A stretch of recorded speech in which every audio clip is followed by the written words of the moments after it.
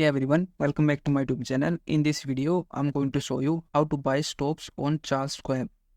So first you need to do is open up Charles Schwab website and open your account. If you don't already have an account, you need to open one. This can be done online through the Charles Schwab website or app. After this, once your account is set up, you need to fund it. You can do this by these various options such as online transfer from your bank, wire transfer or depositing checks, or you can also transfer existing accounts from other brokerage firms.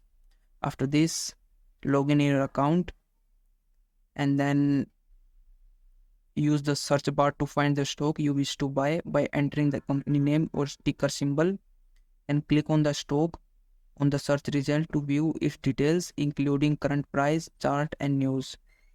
After this, simply click on trade button and choose the type of order you want to place such as market order or limit order.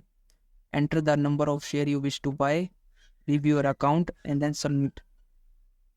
After submitting it, check your account for confirmation that order has been executed. So that's how you can buy stocks in Charles Schwab. If you found this video helpful, please like this video and subscribe to my channel.